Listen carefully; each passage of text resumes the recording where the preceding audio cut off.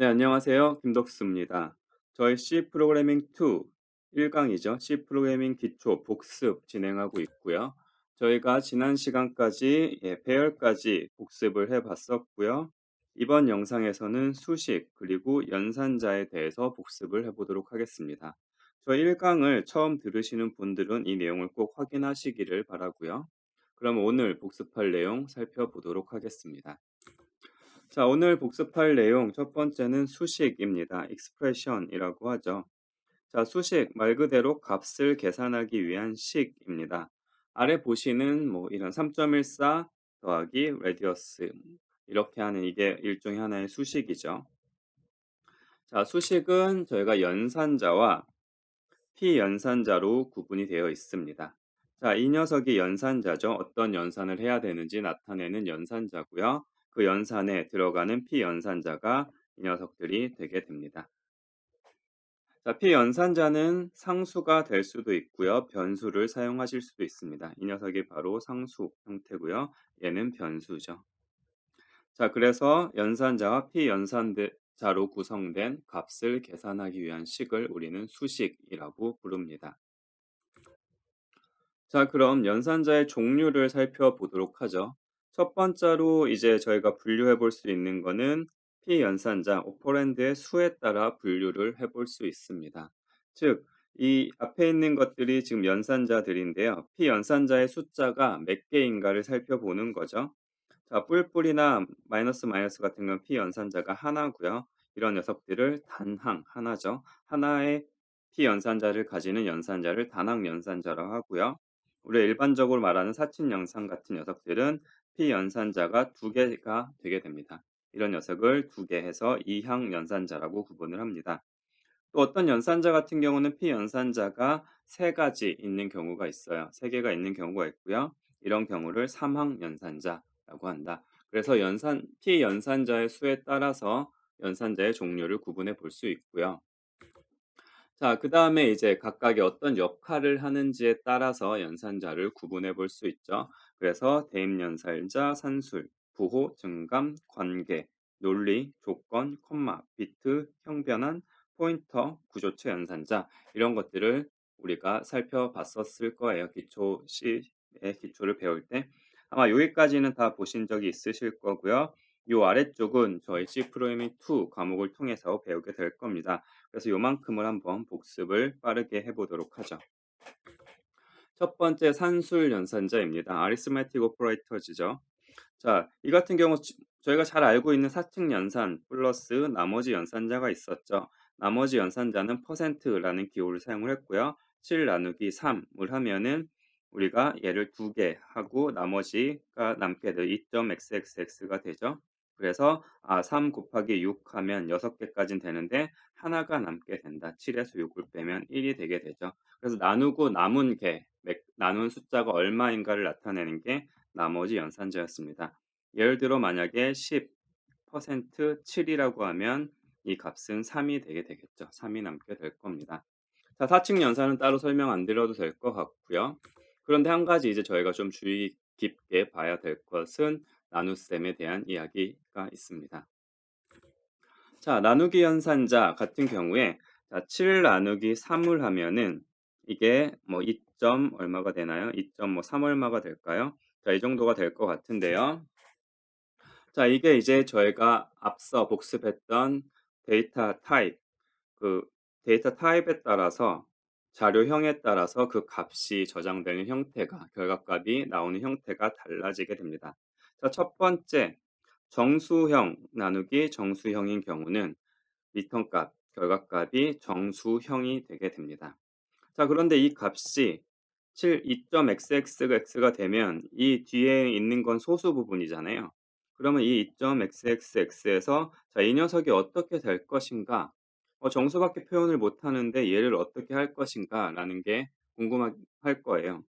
자, 첫 번째 옵션은 얘만 가져가는 거고 두 번째는 뭔가 반올림을 한다든가 내림을 하는 형태가 있겠죠. 자, 그런데 저희 C 언어에서는 자, 이 D를 단순하게 버리는 선택을 하게 됩니다. 즉, 정수형 데이터 타입들 사이의 나눗셈의 결과에서 소수점 이하는 버려지게 된다. 다들 한 번씩 공부하셨을 건데 다시 한번 리마인드 하시길 바라고요. 그다음에 이제 두 개 이항연산자인데 그중 피연산자 중 하나가 실수형인 경우가 있죠. 이게 아니죠. 예.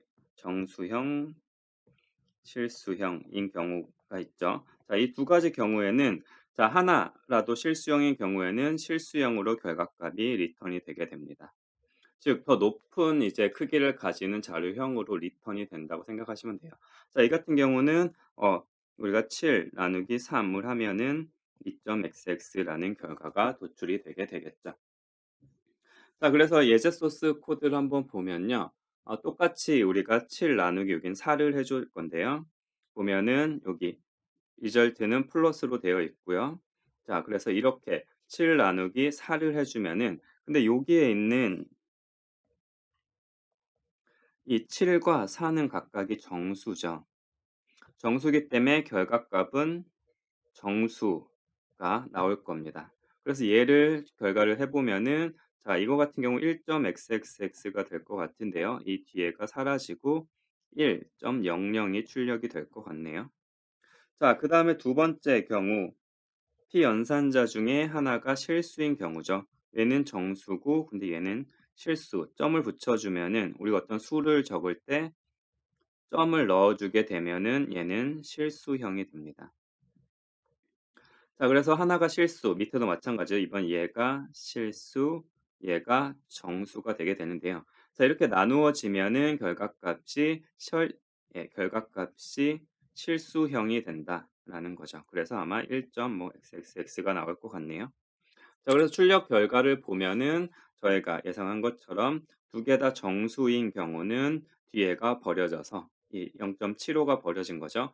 1이 결과값으로 나오게 되고요. 단 여기는 얘가 빠졌네요. 자, 하나라도 실수인 경우는 결과값이 1.75, 1.75처럼 뒤에 있는 실수값까지 결과가 나오게 된다라는 걸 확인할 수 있습니다. 자, 그래서 나누기 연산을 할 때는 우리가 어떤 데이터 타입을 사용을 하는지를 잘 기억하고 계셔야 됩니다.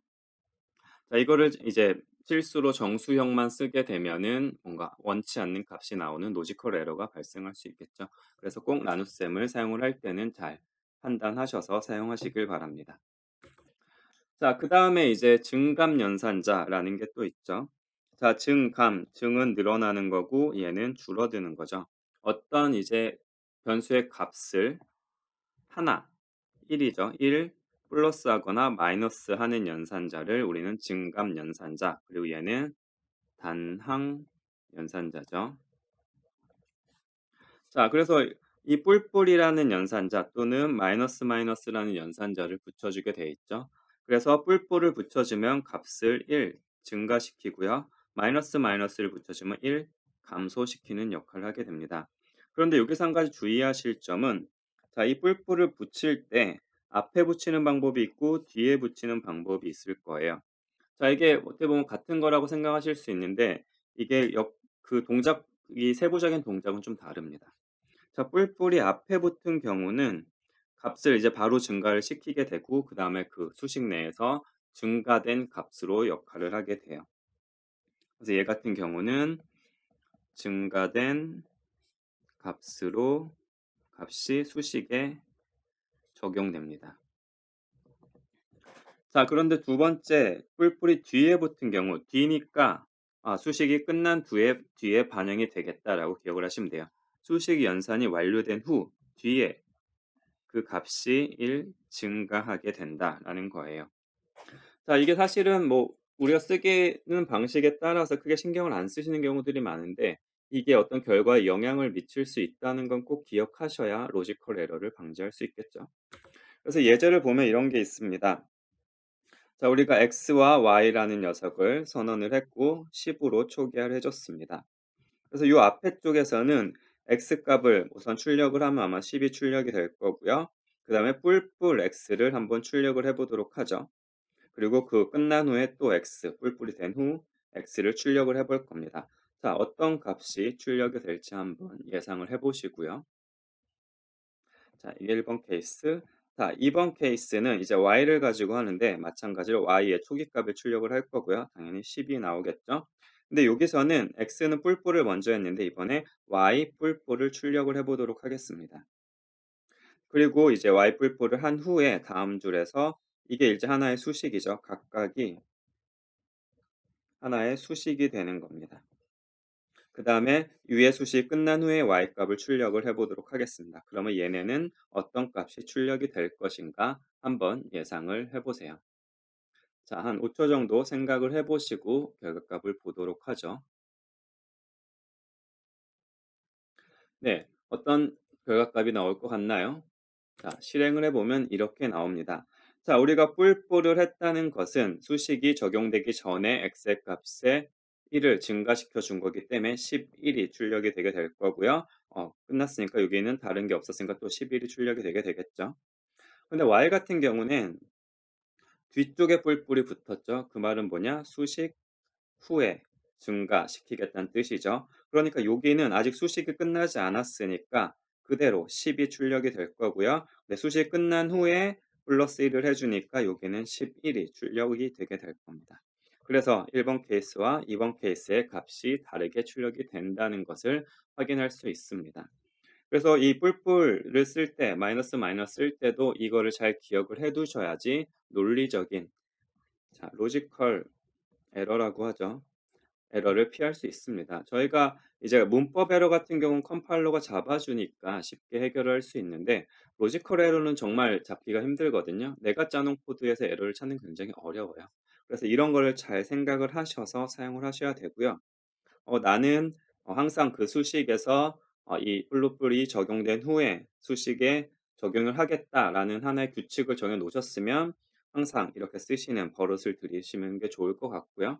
아니면 나는 y 뿔뿔이나 x 뿔뿔 쓰는 게 편하다라고 하면은 얘를 수식에 넣지 말고 그 윗줄에 하고 싶은 걸 뿔뿔 한 후에 밑에 수식을 적는 걸 추천을 드립니다. 그래서 본인의 스타일을 하나 정하시고 그 약속대로 항상 프로그래밍을 하도록 버릇을 들이는 걸 추천을 드려요.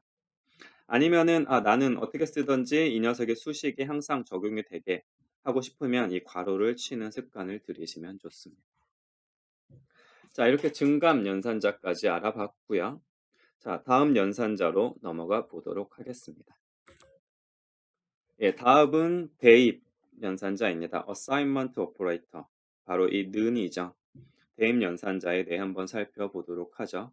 대입 연산자 넣는 거죠. 이 값을 여기다가 넣는 녀석을 우리는 대입 연산자라고 합니다. 뭐 너무나 당연한 얘기고 지금까지 써왔기 때문에 어려울 건 없을 텐데요. 기억할 건 이겁니다. 대입 연산자도 결각값을 가진다.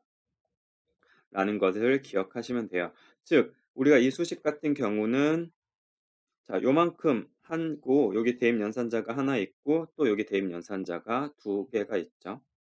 자, 이 수식을 하게 되면은 대입 연산자에서 2 더하기 7, 즉 9가 x에 들어가게 되죠. 근데 이 대입 연산자 자체도 리턴 값이 있기 때문에 결과값을 가지기 때문에 이 전체가 9가 되게 됩니다. 그래서 이 9와 10을 더한 이 값이 y에 또 대입되게 되도록 되겠죠. 그래서 y는 19가 될 거고요. x는 9가 되게 된다라는 것. 즉 대입 연산자도 결각값을 가진다라는 것을 기억하시면 됩니다. 자, 저희가 어, 대입 연산자인 얘기를 했고요. 그 다음에 어떤 사칙 연산이라던가 이항 연산자들을 앞에서 한번 살펴봤죠. 그 이항 연산자와 대입 연산자를 묶어서도 사용할 수 있다라는 거 기억나실 거고요. 그걸 바로 우리는 복합 대입 연산자라고 했습니다. 가장 쉽게 이런 게 있죠. 우리가 프로그램을 짜다 보면 많이 쓰는 형태가 이런 거예요. x는 x 플러스 y 이런 걸 많이 쓰죠. 그러니까 자기 자신에다가 어떤 걸 더해 주거나 빼거나 곱해 주는 경우가 많이 있습니다. 근데 이 x를 두 번 쓰기 귀찮잖아요. 그래서 이런 문법이 탄생을 했습니다. 어차피 나한테 더해 주거나 곱해 주거나 빼줄 거면은 나 그리고 어떤 연산을 할지 연산자 적어 주고 대입 연산 적은 다음에 어떤 녀석을 더해 줄지 뺄지에 대한 걸 적어 주는 x 플러스는 y라는 형태 또는 뭐 곱하기를 하고 싶으면 x 곱하기는 y. 또 이항연사자들은 다 된다고 생각하시면 돼요. 그래서 뭐 나머지 연산자도 될 거고요. 요 나중에 이제 저희가 배울 비트 연산자들에도 적용이 된다라는 걸 기억하고 계시면 됩니다. 자, 다음 연산자로 넘어가 보도록 하겠습니다. 네, 다음은 관계 연산자입니다. relation operators죠. relation, 관계죠. 두 개의 값의 관계를 보고 싶은 것. 그게 바로 관계 연산자입니다. 즉, 두 개의 피연산자를 비교하는 연산자가 관계 연산자고요. 그 결과는 참 또는 거짓으로 반환이 되게 됩니다. 그래서 참은 저희가 111로 표현이 되고요. 저희 C 프로그래밍에서는 거짓을 0으로 표현이 되게 됩니다. 이거 굉장히 중요한 내용 중 하나예요. 자, 우리 프로그램에서 논리적인 어떤 결과값을 따질 때 1은 true가 되고요. 0은 false가 되게 됩니다. 자, 그래서 관계 연산자에는 아래 보이는 것들이 있죠. 자, 이게 같은가 보고 싶으면 는이 되게 되고요. 다른가는 이 느낌표하고 는 하면 다른가 물어보게 되는 거고, 이게 이제 비교하는 거 우리 수학에 사용한 처럼 부등호가 있게 됩니다. 자, 이것만 기억하시면 될 것 같아요. 는 이건 안 된다는 거. 예, 부등호 먼저 나오고 는이 붙는다는 것만 기억하시면 크거나 작은가, 같은가, 같거나 작은가라는 걸 만들 수 있다라는 걸 기억하시면 됩니다. 자, 여긴 어려운 게 없으니까 넘어가면 될 것 같고요. 자, 관계연산자 얘기해서 이제 조금 더 주의할 것들이 몇 개 있어요. 관계연산자를 사용할 때 주의할 것들이 몇 개 있는데, 자, 가장 흔히 하는 실수들 처음에, 그리고 처음뿐만 아니라 숙련된 프로그래머 분들도 가장 많이 하는 실수 중 하나가 이거예요. 프로그램이 막 내 맘대로 안 돌고 뭔가 로지컬한 에러가 있는데 도저히 모르겠어요. 해서 막 며칠 동안 고생을 했는데 알고 보면 이런 경우가 굉장히 많습니다. 자, 즉 대입 연산자와 혼동을 하는 거예요. 자, 대입 연산자는 이 값을 여기다 넣는 거고 관계 연산자는 넣는이라고 해야 얘가 같은지 비교를 하게 되는 거죠. 이게 누가 그걸 실수해 할 수 있겠지만 생각보다 많이 실수하는 거니까 꼭 쓰실 때 주의해서 쓰시도록 하시고요. 자, 그다음에 이런 형태도 되지 않나요? 우리가 수학에서는 이렇게 쓰죠. x가 2보다는 크고 5보다 작은가요? 라고 쓸 수 있는데 저희 C 언어에서는 이런 형태는 지원을 하지 않습니다. 컴파일 에러를 발생하게 되고요. 자, 그래서 이런 형태로 표현이 되게 되죠. 우리가 그러니까 구분해서 표현을 하게 되는 거예요. 이거 우리 AND 연산자 알고 계시죠? 그래서 2보다 큰가 그리고 5보다 작은가라는 이 AND나 OR 연산자들을 사용을 해서 분리해서 기술해야 된다는 거 기억하시면 되고요. 그리고 한 가지 더 우리가 지난 시간에 그 자료형에 대해 얘기를 할 때 유효 숫자라는 것을 얘기한 게 기억이 나실 거예요. 저희가 부동소수점을 사용을 하면 가수부의 비트 수가 제한이 되고 그로 인해서 유효 숫자의 범위가 제한이 된다. 예를 들어 뭐 플롯 같은 경우는 소수점 아래 6자리 이후에는 우리가 정확한 숫자가 아닐 수도 있다라는 얘기를 했었죠. 예. 자, 그래서 이게 비교할 때도 관계를 따질 때도 이게 굉장히 중요해요. 10에 32, 10에 이거죠. 1에 이거 더하기 이거 한 거가 이거보다 큰가? 크죠. 우리가 보기엔 큰데 이게 폴스로도 나올 수 있다는 거예요. 왜냐하면 우리의 유효 숫자 범위를 벗어나면은 이 비교가 제대로 되지 않을 수 있다는 거 꼭 기억을 하셔야 됩니다. 그래서 저희가 지난 강의에서 어떤 x와 y가 같은지 따질 때 플로팅 포인트 넘버에서 같은지 따질 때 그래 이 에러 범위를 지정을 해서 비교를 해야 된다라고 해서 이런 거 했었죠. 자, 두 개가 만약에 두 개의 차이가 10의 마이너스 뭐 6제곱보다 적으면은 같다라고 하겠다. 이게 바로 에러 범위를 사용해서 이런 식으로 둘을 비교하는 게 하나의 솔루션이다라는 이야기도 했었습니다. 그래서 꼭 부동소수점 연산 실수에 대한 비교를 할 때 관계를 따질 때는 유효 숫자를 꼭 고려해서 우리가 원치 않는 논리적 에러가 발생하지 않도록 잘 고려를 하셔야 된다라는 거 강조드리면서 다음 연산으로 넘어가 보도록 하겠습니다. 네, 다음은 로지컬 오퍼레이터입니다. 바로 논리 연산자고 앞서 잠깐 등장했었죠. 자, 우리 논리 관계 다들 아시죠? and, or, not 이라는 논리 연산자가 있습니다. 자, 마찬가지로 어떤 비교의 개념이기 때문에 true, false로 리턴이 되고요. 참은 1, 거짓은 0으로 판단이 됩니다. 자, 그래서 AND 현상 같은 경우 즉 두 개가 같은 지죠. 두 개가 만약에 1 AND 1이면 1이 되고 1 AND 0이면 0이 되고 두 개가 같은지를 보는 거죠. 그 AND 현상 같은 경우는 이 앰퍼샌드라 그러죠. 여기 키보드에 보면 여기 있는 녀석 두 개 해주는 게 논리 연산자가 되고요. 자, OR 같은 경우 둘 중에 하나가 참이면 참이 되죠. 자, 얘가 만약에 OR라면 얘도 1이고 얘도 1이 되게 되는 이런 OR 연산자 같은 경우는 이 저희 키보드에 여기 있는 거죠. 이 녀석 두 개 해주면 OR 연산자가 되고요. not은 반전시키는 거죠.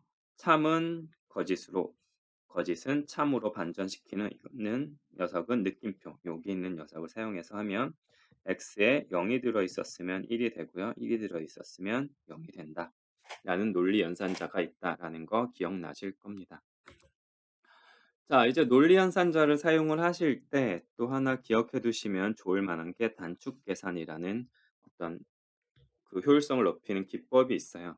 그게 뭐냐면은 우리가 이제 AND 현상을 사용하는 경우에 AND는 둘 다, 둘 다 참이어야 참이죠.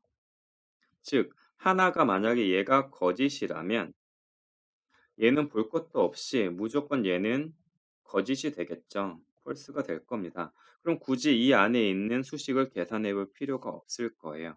그래서 우리가 프로그램이 돌아갈 때 얘 먼저 보고 얘가 거짓이면 얘를 검사하지 않고 바로 false를 리턴해 주고 만약 얘가 참이라면 얘를 계산해서 그 결과를 보겠죠.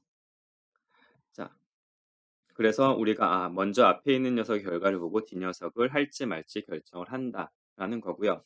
똑같은 게 OO에도 적용이 됩니다. OO 같은 경우는 둘 중에 하나만 참이어도 참이죠. 그래서 만약에 얘가 참이라면 이 녀석은 보나마나 얘는 참이 되겠죠. 그래서 얘를 하지 않는다는 거죠. 앞에 녀석이 참이면 뒤를 하지 않는다라는 거예요. 그래서 여기서 이제 드리고 싶은 메시지는 뭐냐면 우리가 어떤 AND 연산자를 사용을 할 때는 앞에다가 어떤 걸 넣으면 좋을까요?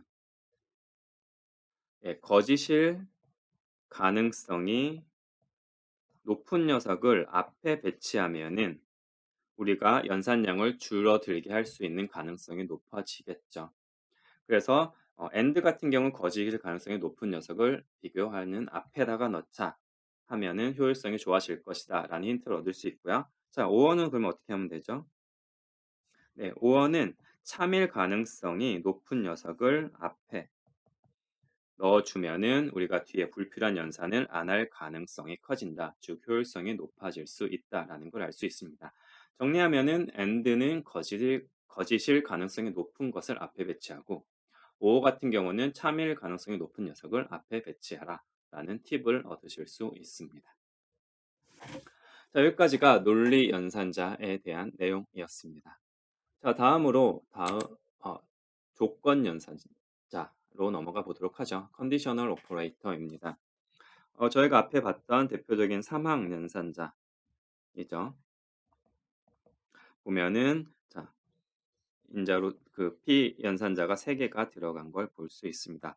조건 연산자 말 그대로 조건을 따져서 뭐 값을 정하겠다라는 뜻이에요. 이렇게 씁니다. 어디 결과값이 들어갈 이제 어디에 들어갈지 앞에 적어 주시고요. 그다음에 첫 번째 조건문이 들어가고요. 물음표 들어가고 땡땡 들어가고 뒤에 그 값 들어가고 땡땡 들어가고 값이 들어가는 이런 형태로 되어 있습니다. 자, 그래서 이게 어떤 역할을 하냐면 이 조건문이 만약에 참이면 A 값이 결과값이 되고요. 조건문이 거짓이면 B가 결과값이 되는 연산입니다. 저희가 아직 복습은 하지 않았지만 다들 배우셨을 거예요. 이 if 연산자 대신에 사용할 수 있겠죠. if else 연산자를 간단히 표현하면 이런 형태로 표현이 될 수 있겠죠. 자, 그래서 이제 뭐 간단하게 우리가 if else나 어떤 조건문에 따라 값을 다르게 적용을 해야 될 때는 이 조건 연산자를 쓰면 조금 더 간결하게 코드를 작성할 수 있을 거예요. 뭐 몇 가지 예를 보면은 절대값을 구하는 경우에는 자, x가 양이면은 x값 그대로 넣어주면 될 거고요. x가 양이 아닌 경우 거짓이면 마이너스를 붙여서 넣어주면 되겠죠. 자, 아니면 또 이게 많이 쓰는 경우 이거 굉장히 많이 쓰거든요. 맥스 값하고 민 값을 찾는 경우 x, y를 비교해서 x가 크면은 x를 작으면 y를 가져온 맥스 값이 될 거고요. 반대로 하면은 민 값을 구할 수 있을 겁니다. 자, 이런 식으로 간단하게 이제 조건을 따져야 되는 경우에 조건 연산자를 쓰면 코드를 간결하게 작성할 수 있다라는 걸 기억하시면 될 것 같습니다. 예, 다음으로 넘어가면 자, 콤마 아시죠? 콤마 연산자입니다. 자, 콤마는 수식을 이제 연결하는 거예요. 여러 개의 수식을 연결하는 겁니다. 연결하는 건데 콤마로 연결하면 왼쪽부터 순차적으로 계산이 된다라는 것만 기억하시면 될 것 같아요. 예를 들어 우리가 x에 초기화를 하는데 2 플러스 3 콤마 5 마이너스 3 이란 녀석을 이게 콤마로 묶어줬다고 하면 얘를 먼저 하겠죠. 얘는 5가 되고 그다음에 얘를 계산하는데 얘는 2니까 근데 얘 먼저 했죠. 얘 먼저 하고 그다음에 얘를 하니까 얘가 사라지고 얘가 이 값으로 들어가게 된다라는 걸 알 수 있습니다. 또는 이제 변수 초기화할 때 이제 한 줄에 쓸 때도 이렇게 많이 쓰죠. x는 2 초기화하고 y는 3 초기화할 때. 즉 이제 짧은 어떤 수식들을 코드에 간결하게 표현하고 싶을 때도 콤마 연산자를 많이 사용한다 정도 기억하시면 될 것 같습니다. 네, 지금까지 저희가 대입 연산자부터 콤마 연산자까지 살펴봤었고요. 자, 영상이 좀 길어지니까 한번 끊어 가도록 하겠습니다. 다음 영상에서 비트 연산자와 형 변환 연산자로 이어가도록 하겠습니다.